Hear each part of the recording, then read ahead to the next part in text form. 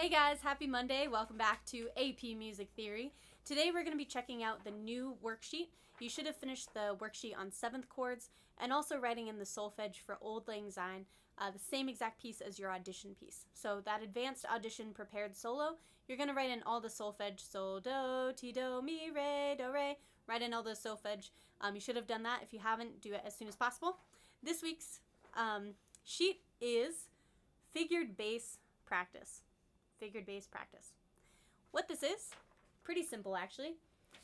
You're going to be given, and you're going to do this on the test too, but you're going to be given a set of chords, and you're going to be asked to realize them or write them out. All that means is you might be given a key, you might not be, but you will definitely have these chords here. So we have a 1, a 5, 6, or a 5 in first inversion, and a 6 chord. So you're going to have a long string of chords on your AP test, but this is some practice for you. Again, it's this sheet right here, figured bass practice. So what you want to do, how this works, is the first thing you're going to see are some chords and then a key off to the side. Right here we are in D, the key of D. And D is a sharp key, and if you go back to your order of sharps, we have funny cats, give dogs, and exciting bath, or whatever you want to come up with. So here's our order of sharps. Looks like that. Funny cats, give dogs, and exciting bath. In order to find your sharp key, you start at D, so we find D, the key that we're trying to find. You skip over the 1 to the left, and you're left with your sharps. So in this case, we have D, we skip over G, and we're left with F sharp and C sharp. So that means that D major has 2 sharps, F sharp and C sharp. That's how you do it for sharps. For flats, again, the order of flats, you have bead, B-E-A-D, and then G, C, and F. So there's your order of flats and your order of sharps. For flats, you do the opposite. You take whatever key you're trying to find. If we were doing D flat major, we would do this. So you have D flat, and you add 1. So that's the rule for flats. This is the rule for sharps. The way you tell if it's a flat or sharp key, if it's a flat key, it will have a flat. Since this doesn't have a flat, that means it's a sharp key. The only exception are C and F major. C major doesn't have anything, no sharps and no flats. F major just has 1 flat, B flat. Everything else, you can tell if it has a flat after it, that means it's a flat key. You're going to go down here, do that trick, add 1. If it doesn't have a flat after it, like D, that means you're going to do the sharp trick. So that's how you tell the difference. Now to get to some figured bass. So we know our key signature, and what we're going to do once we know that, this whole string is in D major, so we're just going to add in our key signature up here. So we know that we have F sharp and C sharp. So right here, before the time signature, after the clef, we're just going to write in our sharps. So first sharp we have is F sharp, it's on that top staff, and then we have C sharp right in the middle. So we'll write in that key signature, and looks like that. Now we don't have to worry about adding in our sharps, adding in our flats. It's all at the beginning, and we are home free. So next thing you want to do, you're going to look at your chords. So which chords are we actually building? Which Roman numerals do we have? The first one is a 1 chord. So a 1 chord is built off of the first note in the scale. In this case, we're in D. We're doing the D major scale. This is a 1 first note, so it's going to be a D major chord. Again, these don't have minors, they don't have majors, they don't have diminished or augmented. So it's just the chord in the key. It's always going to match the key. All you have to do is figure out which number in the scale it is, which note in the scale it is, and base it off of that note. You're definitely going to have inversions, so you have to remember which note is on the bottom, how you flip it for inversions, and which note you're on. So the first note is our 1 chord. We're in D major, so we're going to start on a D, and it's going to be a D chord. There's no inversion, there's no number next to it, so it is just a regular old D chord. So here we have our 1 chord. We're in D major, so we start on D. No inversion, no number next to it, so we just stack up in thirds. We have D, we have F sharp because of our key signature, and A. So D, F sharp, and A. That is our 1 chord, and we're done with that. Perfect. Moving on, the next chord. This is where it gets a little tricky. Here we have an inversion. So it's a 5 chord, but we have a 6 next to it. You can see that. So it's a 5 chord with a 6. 6 means that it's in first inversion, which means that the third note of the chord, or the second note in the chord, is on the bottom. The bottom note, the root note, is at the top. So we did one flip up, and I'll show you what that looks like. But just so you know, that 5 chord, we have a 5 chord, and it's a 6, which means it's a first inversion. So I'm going to write out a normal 5 chord first, and then we're going to flip it, and we'll do our inversion. So here's our 5 chord. We're in D major, so if we count up, we're going to find the 5th note of D. So we have D, E, F sharp, G, and A. So A is our 5th note, which means we're going to have an A major chord. So again, D, E, F sharp, G, and A. 5th note, 5 chord. So here we go, starting on A. We'll draw in our A chord. All right, there we go. So cool beans. I got me an A chord. So we have A, C sharp, and E. That would be great if this was just a regular 5 chord like that, but we have an inversion. So we're going to take that bottom note, 6 means first inversion. We're going to take this A, and we're going to flip it up. So it's not going to be an A on the bottom anymore. It's going to be a C sharp. So this is what it looks like. We're taking that A, and we're flipping it up to the top. So it'll look something like this for our final chord. Whoops. So it'll look like this for our final chord. Instead of that original chord, it's going to look like this. You have a C sharp, E, and an A on top. So we took this bottom note, since it's a first inversion, and we flipped it up to be the top version of A.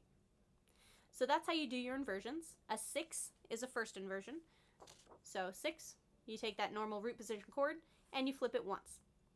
A 6-4 is a second inversion chord.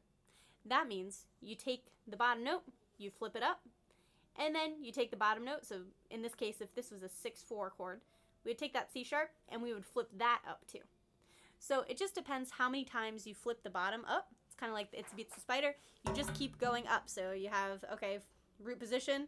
All right, first inversion. And I don't really know how to do this, but you just keep flipping and you keep going. If I could actually do that, it'd be much more impressive. But that's the idea. So here we go, first inversion chord, done, 5-6. Okay, C sharp, E, and A. The very last chord is a 6 chord, so we take the 6th note of D major. In this case, it's D, E, F sharp, G, A, and B. B is the 6th chord, so, or the 6th note, so we do a B chord, and we're going to start that triad on B, and then stack them up, so it will look like this. So we have a B, a D, and an F sharp. And you're just stacking in thirds. If it's not an inversion, you don't have to worry about offsetting it. They're just in thirds. And you don't have to worry about any accidentals right now because we wrote them all in our key signature. So that's how you do a Roman numeral analysis. Those are the first 3 chords on this sheet right here. So this is actually how you started off. You'll see you have a 1, you have a 5-6, you have a 6 chord. It goes on to do other chords, but it's the same exact idea. So again, you want to watch out for inversions. That's really important. And just watch out for your key signature. So just a really quick rundown of inversions, just so you know. A 6 is a first inversion chord. That means that you flip it once. So you take the bottom note, the root note, and you flip it up on top, and then you're done. That's a 6 chord, first inversion. Equals first inversion. A second inversion chord is a 1-6-4, or 6-4 chord. So a 6-4 chord is a second inversion. So first inversion is just a 6. Second inversion is a 6-4. What that means when you see that is you're going to flip it once. So you take the bottom note, the root note, you do the higher version, okay, I flipped it once. Then you do it again, same exact thing. So you take the now bottom note and you flip it up again. So it's a little weird to imagine, but I'll draw it out so you can see it. A 6 chord looks like this. 1, 2, 3, 4, 5. And so say we have a G chord. So we have a regular G chord in root position. a first inversion would look like this. So you have your regular chord, root position, and this is what a 6/4 looks like. So you take that G and you flip it up to the top like this. In a 6/4, this is a root position, and here's what it would look like. Oops, sorry. Here's what it would look like with the inversion written in. So we have our G we flipped up, and we have our B that we flipped up. So this is what a 6/4 chord looks like. You're just taking those bottom notes, flipping them up, and then taking the middle note and flipping it up. So you flip it twice. And those are your inversions. For 7th chords, you can reference your 7th chord sheet. All the inversions are on there. But when you need to know, a 7th, so if you see 1/7, that's just a root position, regular old 7th chord. It means you have 4 notes. So it's not an inversion, it's just normal. And then you get into the other ones. So 1, 6, 5 is the first one.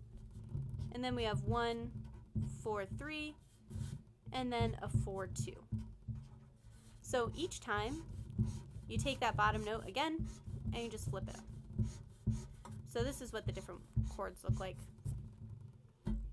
So here we have a 6, 5.